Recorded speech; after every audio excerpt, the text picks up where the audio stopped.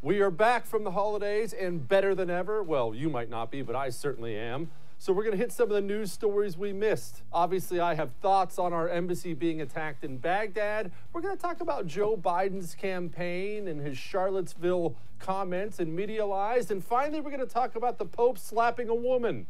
Yeah, it's going to be a lighthearted show. All that's coming up right now on I'm Right.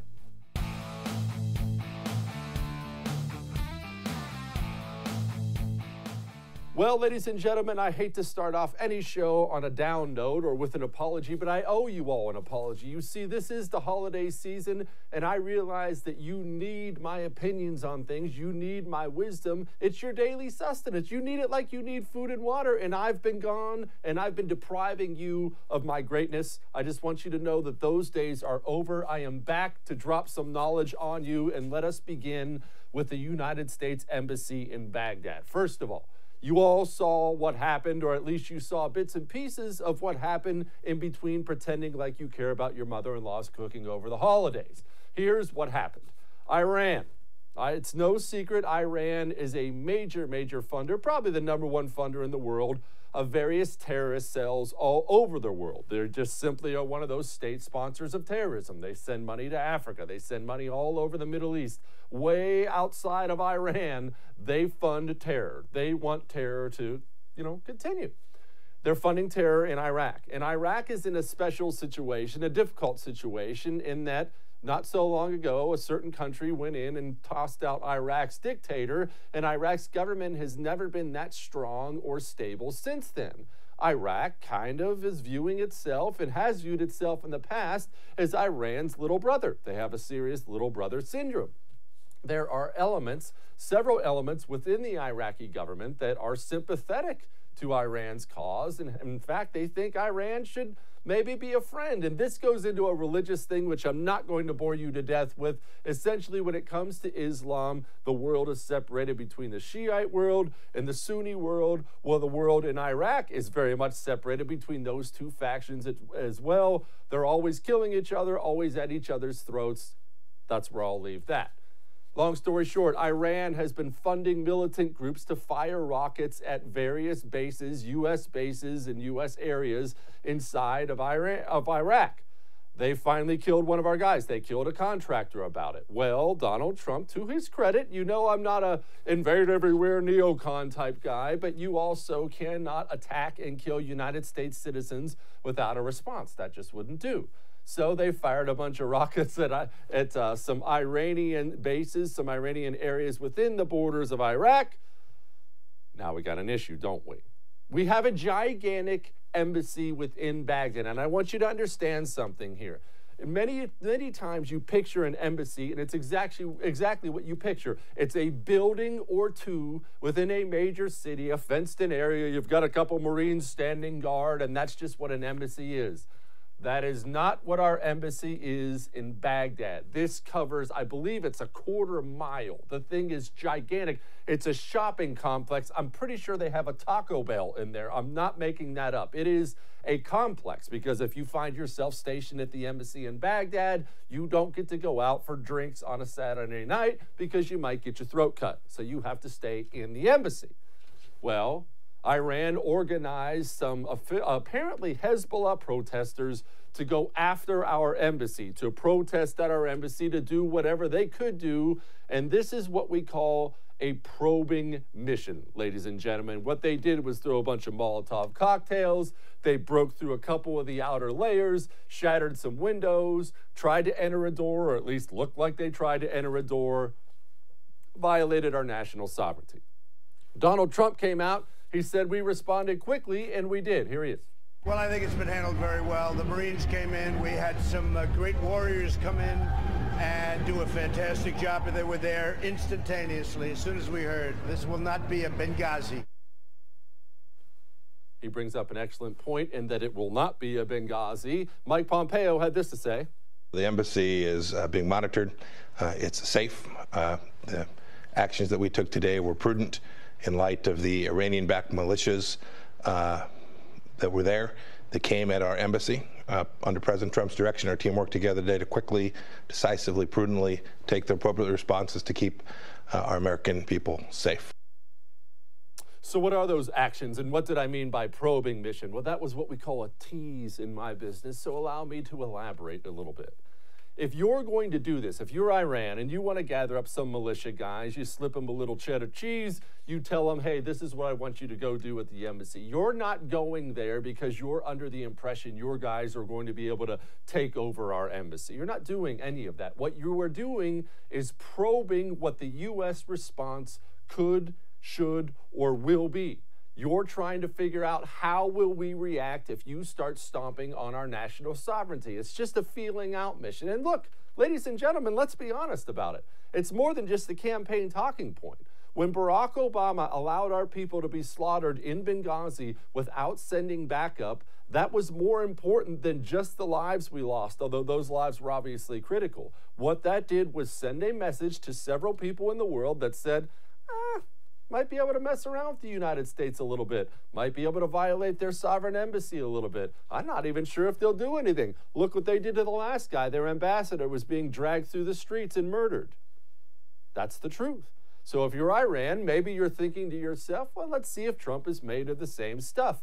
To his credit, Donald Trump, as you heard him talk about, was made of different stuff than Barack Obama, immediately mobilized a quick reaction force of 100 United States Marines to fly in. We had Apache gunships above, essentially 100 United States Marines guarding an embassy building. They wouldn't have been guarding the whole complex, but guarding an embassy building makes that the safest place in the entire world. It's just almost impossible to take an embassy guarded by 100 United States Marines.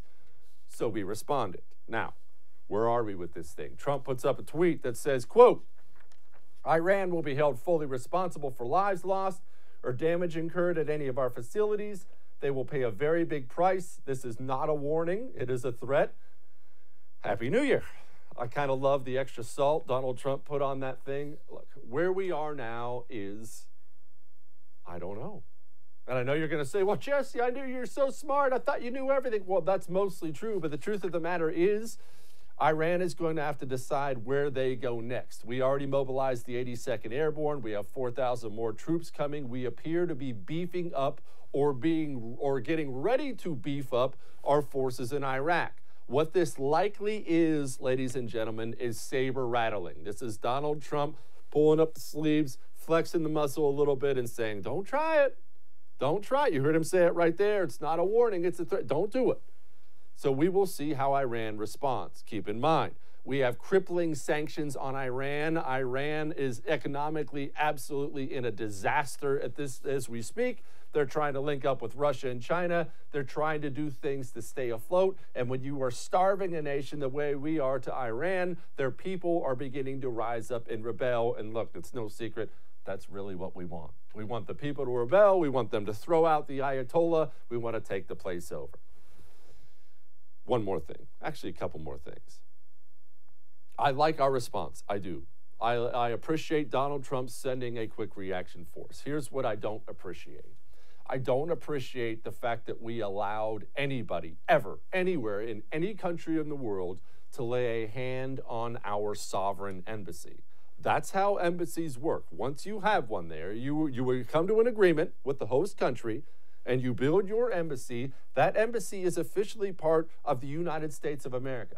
That is sovereign U.S. territory. I don't care if you gather up and you're mad or whatever the case is and you're chanting death to America. That really doesn't bother me at all. It's your country as long as you're doing it on the outside of our embassy. I believe we should put a little bit stricter of a policy in that says you do whatever you want on the outside. Don't lay a hand on our embassy or there will be serious consequences. Now, bit of an interesting take here. In 2011, there was a man named Hadi al-Amiri. If I screwed that up, that's because I don't speak any other language besides English, who led the siege, right? He led this little protest siege, whatever you want to call it. We have him in the White House, in Barack Obama's White House in 2011, standing there with Barack Obama. Now, if you guys go back to the other picture, here's a picture of him leading the protests we just had outside of the U.S. Embassy in Baghdad. Ladies and gentlemen, this is the problem. And it doesn't need to be a big anti-Obama show, but this is the big problem that Barack Obama brought and problems we're still cleaning up now. You see, Barack Obama, for all his worldview, we don't have to rehash the whole thing, he believed that all the United States enemies were only enemies because the United States sucks, and we should actually reach out our hand to all of them. And he shifted our entire Middle East policy to being a much more pro-Iran policy. Well, he did all this with the full knowledge that Iran was the #1 state sponsor of terror in the world. He did it anyway. Now we are left cleaning up this mess. This is not the last or only picture you're going to find of some very, very, very bad people posing with Barack Obama or Barack Obama's officials. Donald Trump is left cleaning up the mess. All that said, we don't need to be getting involved in yet another war. We need to be pulling people back, not pouring more people in. Let's hope cooler heads prevail. And by the way, let's hope we get out of Afghanistan while we're at it. To talk about all that, coming up next, host of This Is My Show, Drew Berquist. Hang on.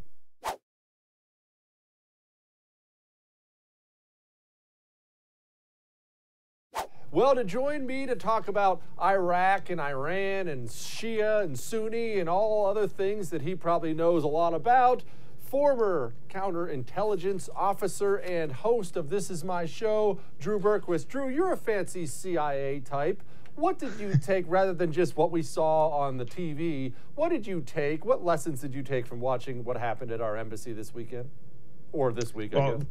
The first thing that I observed was what I think a lot of people did is we actually, you know, obviously it's bad that this happened. It's not surprising this happened, but we actually responded. We're sending more people over. You know, we secured the fort, if you will. And obviously people have had a bad taste in their mouth since Benghazi and several other instances where we haven't done the right thing as an administration and as a government for our folks. So it was good to see that, but not surprised. Look, we've created a vacuum, as we've done time and time again. You know, Iraq just needs to change its name to vacuum.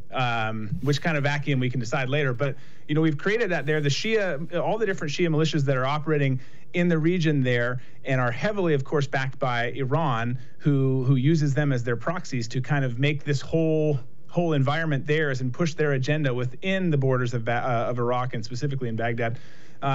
So you've had this happening, and they're trying to take over space as we kind of dwindle down our numbers. And, you know, then obviously in response to the airstrike that we had just done. The whole thing was not a surprise to me. Kind of hearing the people come out and talk about it afterwards and how they're looking at it is always the surprising part on who knows what and who doesn't know a whole lot of anything.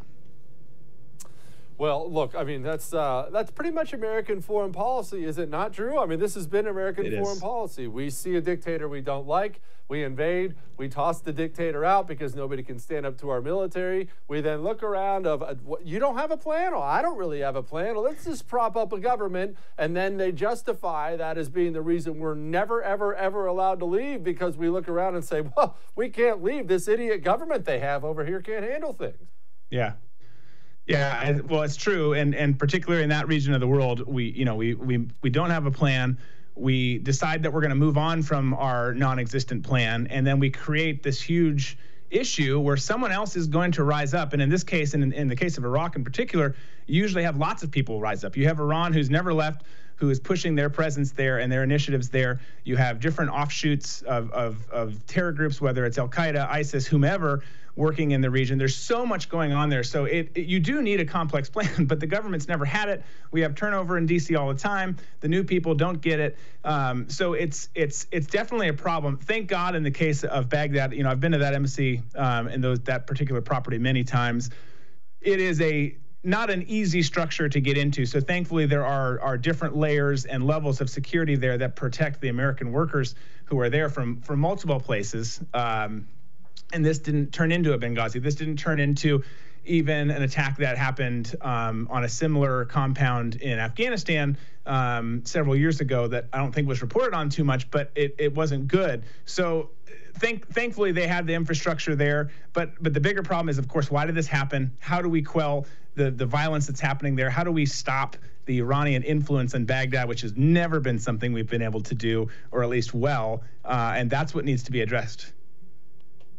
Drew, can you nerd out on security stuff for me for just a moment? Because I think the audience really needs to hear this and understand it. Everybody looks and they see them smashing rocks and, you know, trying to break down a door even though the hinges were on the outside, you morons, and doing things like that.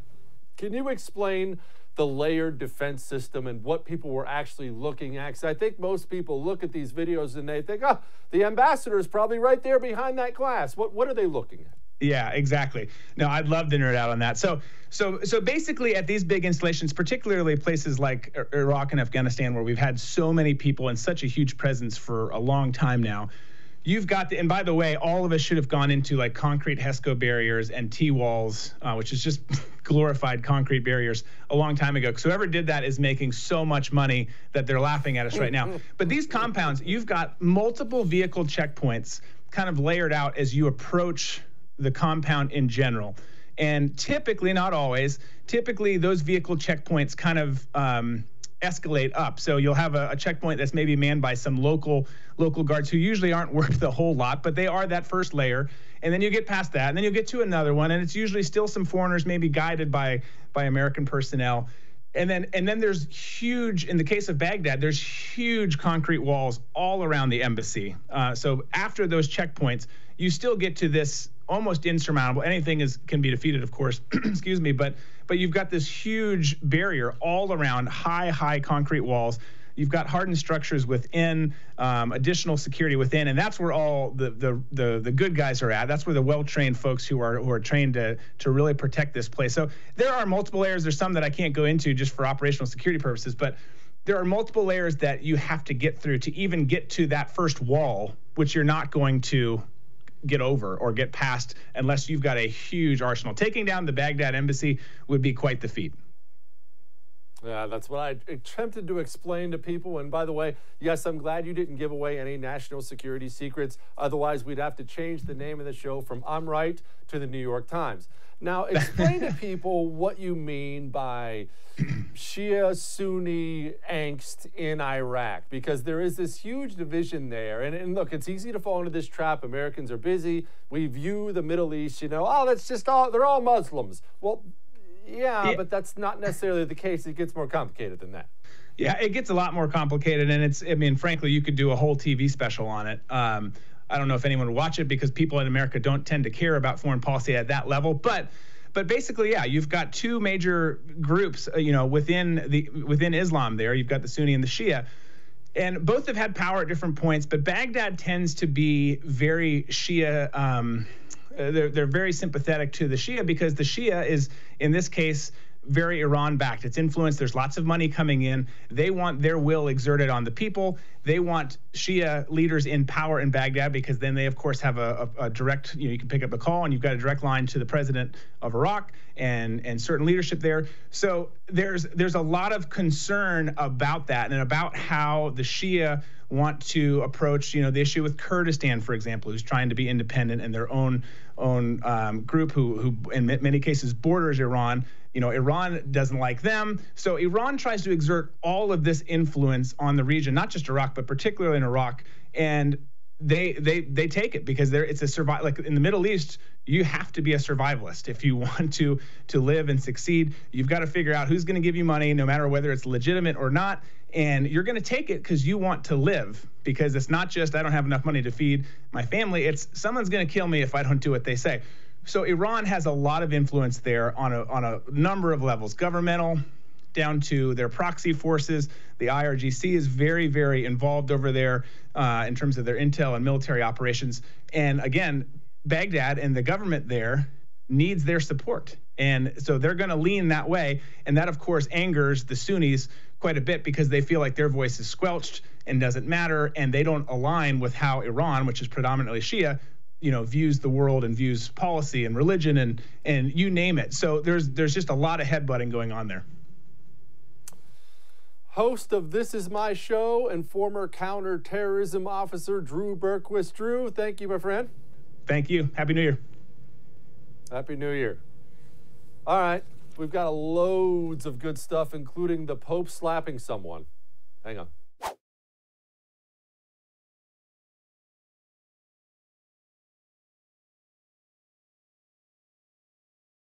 Does the Democrat Party or the United States media actually want people on the right to start killing people on the left?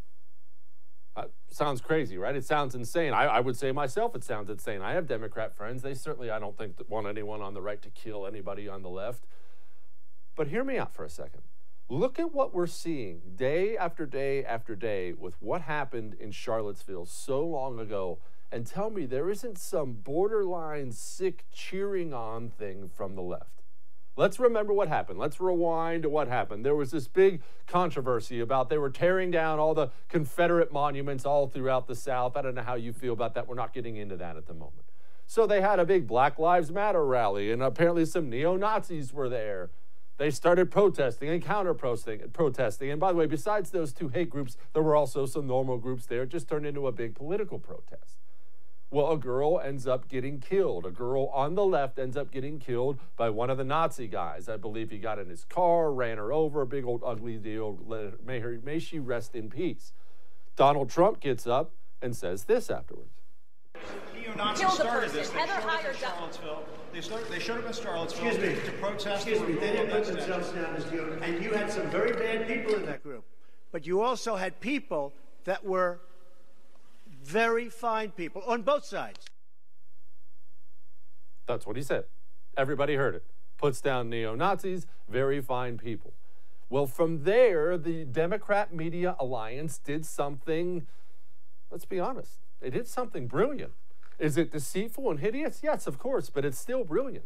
They decided to run with Donald Trump calls neo-Nazis very fine people, which you saw the press conference. That's not what he said. You can't even really twist it around into that being what he said, but they did it.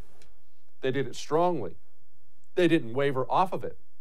From then, they haven't stopped. You can show that video a million different times, and people on the right do show it all the time. I just showed it again tonight on the show. But they haven't moved off of it. Why? Because they don't have to. We have Joe Biden. Look at Joe Biden still on the campaign trail. I believe this is yesterday. Here's Joe Biden.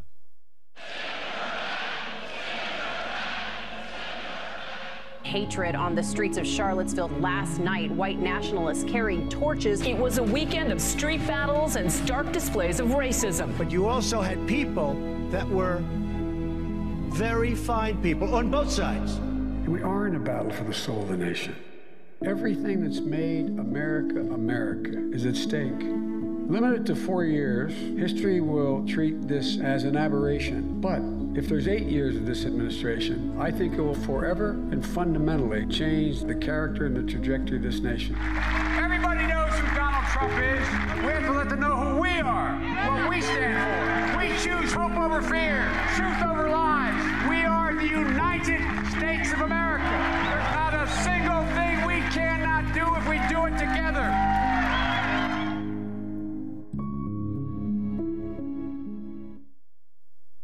Okay, first of all, we're not the United States of America, not anymore. I know that may make you uncomfortable, but look, it's just a fact. Did you happen to see the news over the weekend and how the attack on our embassy in Baghdad was covered? We had multiple media figures and United States senators pretty much openly rooting against our embassy, against our Marines, hoping this would be a scandal against Donald Trump. There's nothing united about us right now. I shudder to think what the national response would be if something horrible like 9/11 happened again today. I think it would be ugly. But setting all that aside, Joe Biden that was his campaign ad. He's still on the campaign trail day after day after day talking about Donald Trump called neo-Nazis very fine people. You heard him say very fine people. Donald Trump said very fine people lie. And this is the brilliance of the Democrat Media Alliance. They will always tell the big lie. They will stay united on the big lie. And eventually, the public will believe it. It's called something like an Overton window, where if you want to ban cigarettes, let's say that's your party's platform, and the other party says, no, we shouldn't ban cigarettes. Well, you don't propose banning cigarettes if that's what you want. You get up there and say, anyone who smokes a cigarette should be executed. And the country freaks out and like, what? We can't do that. What? So eventually what you get the other party to agree on is, okay, we'll ban some cigarettes. And you just won.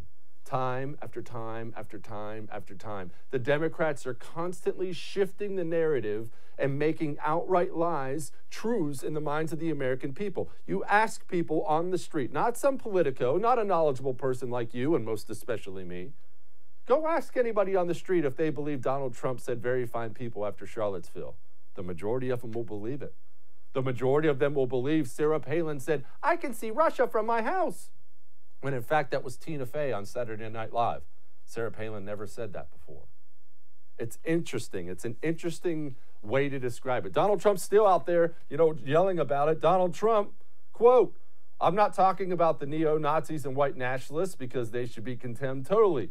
But you had many people in that group other than neo-Nazis and white nationalists, okay? And the press has treated them absolutely unfairly. Now, in the other groups, you also had some fine people, but you also had some troublemakers, and you see them come with black outfits, with helmets, and with baseball hats, and you had a load of bad people in the other group, too." He's, of course, talking about Antifa. But it doesn't matter. The narrative has been set. And look, the Democrats have a disadvantage sometimes by having the press so in their pocket. It doesn't allow them to self-exam. They never get to take a moment and decide, this policy really makes us look terrible. Maybe we shouldn't tell everybody that we want to put coal miners out of work. Actually, now the headlines are good for us, so it hurts them, but it certainly does help. Now, shifting for a moment. Jack Wilson, the Texas shooting. We all saw this terrible shooting where some homeless piece of trash walks into a church that had been feeding this man, a church that had been helping this man, walked into a church with a shotgun, gunned down somebody, and then Jack Wilson, the 71-year-old firearms instructor, pulls out a weapon and smokes one into this guy's dome from about 50 feet away, which is outstanding shooting. Look, I don't do shooting stuff a lot on the show because I think it's ugly. I don't think it's a time to politicize things. It's a time to mourn. Somebody lost their lives there. I do think this is an excellent opportunity to scold you and frankly scold myself. Make sure you get to the range. Range time is a difficult thing, especially because you got 2.5 kids, you got a dog, you got a car, you're finally done with the work week. I don't want to go. Ladies and gentlemen, take an hour of your Saturday once a month with your wife, with your husband, with your children, if they're old enough. Go to the range and make sure you can shoot your weapon. Why?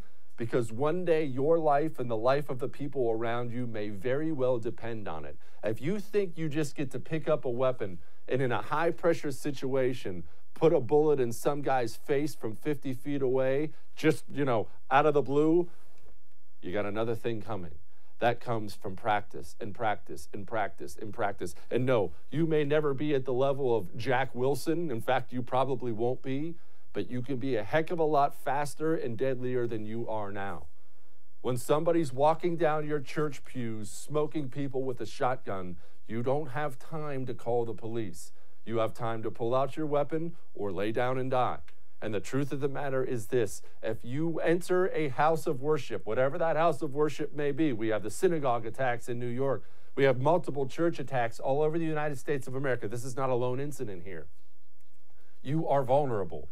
Evil wants to enter a house of God. 1, because it's a house of God. 2, because you're all facing away from the doors and focused on what's going up at the stage. Doors are almost always behind you and beside you. Train with your weapon and carry it in church. All right, to discuss this, we're going to talk to somebody who might know just a little bit of something about weapons, former Special Operations Sniper and founder of Gun University, Ryan Kleckner. Hang on.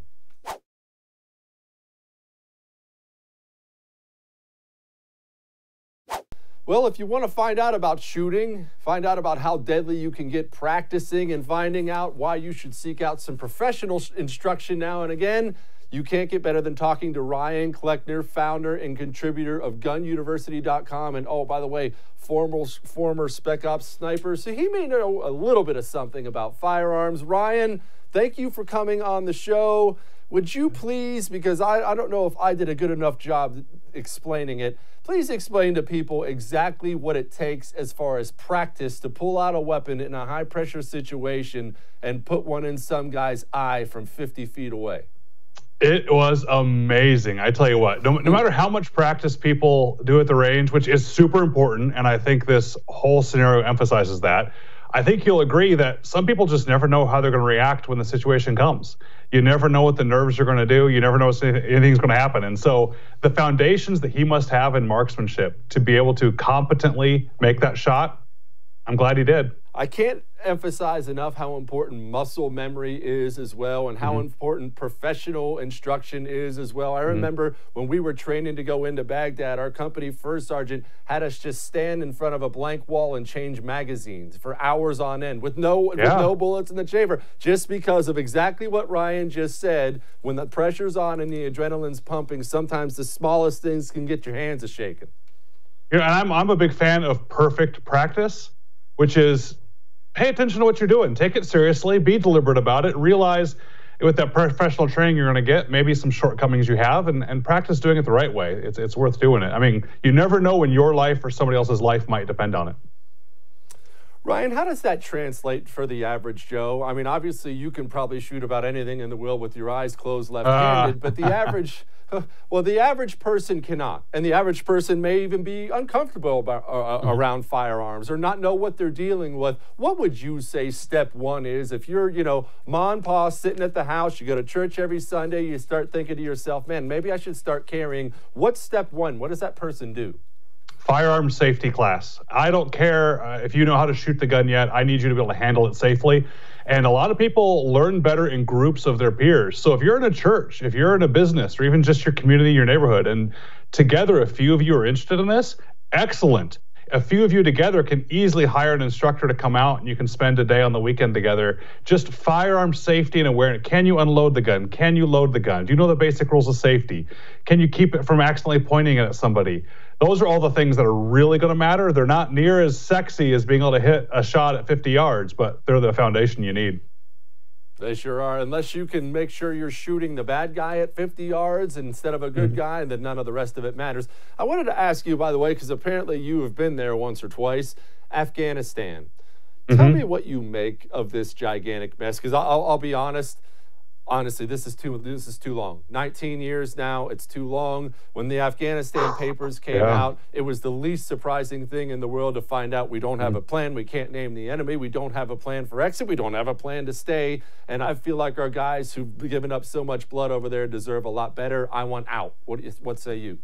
We agree. We have people that were born after the war started that are going off to serve their country. It just blows my mind that we're doing that. So I'm one of those people that believes war is an absolutely horrible thing that should be avoided at all costs.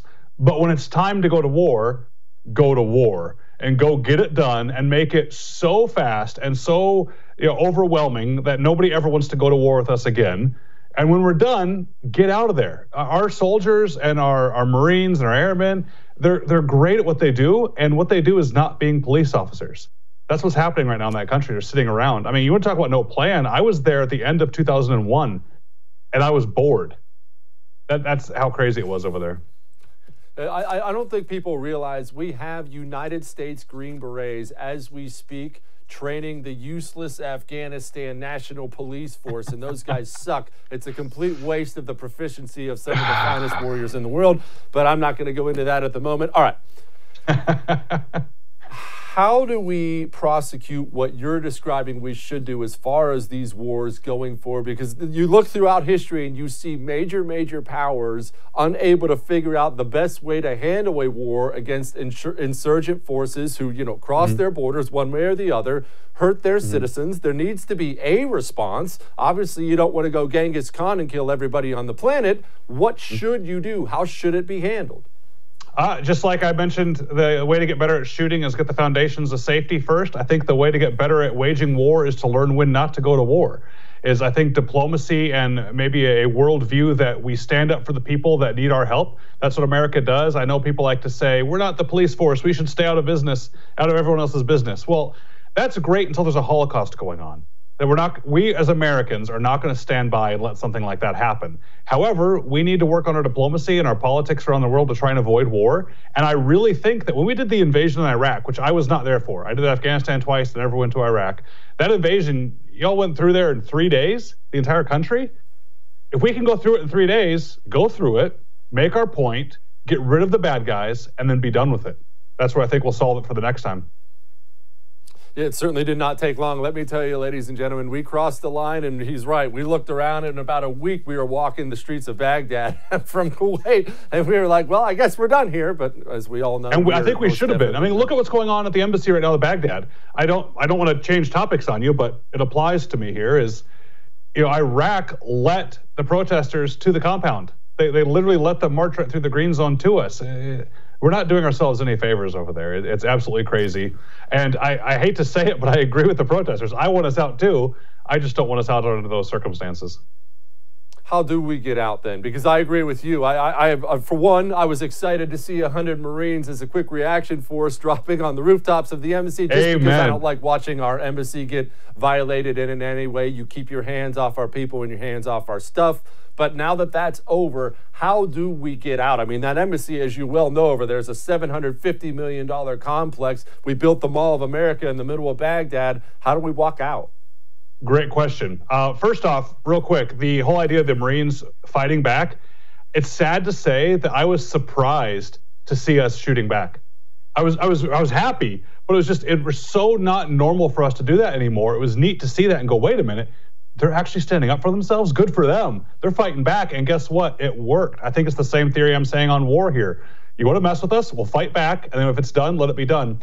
You're right, though. How do we leave? We have two problems, I think. One is we don't want to make another vacuum to have another thing like ISIS grow behind us if we do a hasty pullout. And two, this might sound petty, but part of us doesn't want to leave just because Iran told us to leave. Right? It's a real part of the world. Is we can't have Iran flex on us like that. I think 6 months to a year, we have a solid handover of power. We talk to the Iraq government, and we have serious conversations with the Iraq government saying, if you all don't care about taking care of yourselves, and if you aren't even helping us take care of you, then we're going to be done. We put some plans together. We hand over the keys to them, and we leave. But Ryan, I mean, look, you and I both know for a fact there are elements, and not just some, idiot secretary. There are powerful elements within the Iraqi government who flat out want to shake hands and join with Iran. How do we handle that? How do we leave under those circumstances? I honestly don't know. I wish I had a better answer for you. See, the problem is any scenario that I hear someone entertain that's a solution to that, it fails when you say, yeah, but a terrorist is going to do anything they want to do.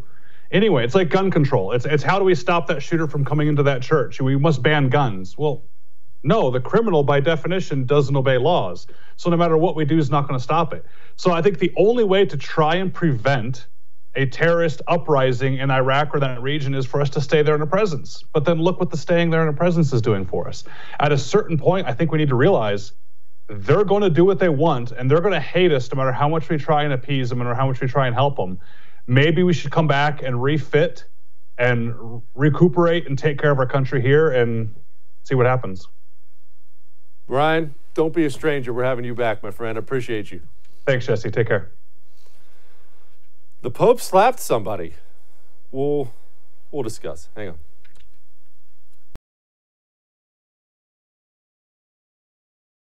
The Pope slapped someone. Here, it's not funny. All right, it is kind of funny. Here he is. He's walking through the crowd doing that thing the Pope does. And then you have some lady who yanks him over, probably squeezing his hand too hard. And you see how huffy and mad he gets about it. And he slaps her hand and whatnot. And everybody and their brother had an opinion on this. What is the Pope doing? He's the Pope. He's supposed to be Mr. Gentle. And then you had the other half of the people say, well, what's that idiot woman doing? Why is she grabbing him? And so on and so on. Let me explain something, people. Very rarely do I do this thing where I say they're both wrong. But let me tell you something. They're both wrong. One, you're the Pope. I may not be a Catholic. I'm not a Catholic. But I understand he's still the Pope.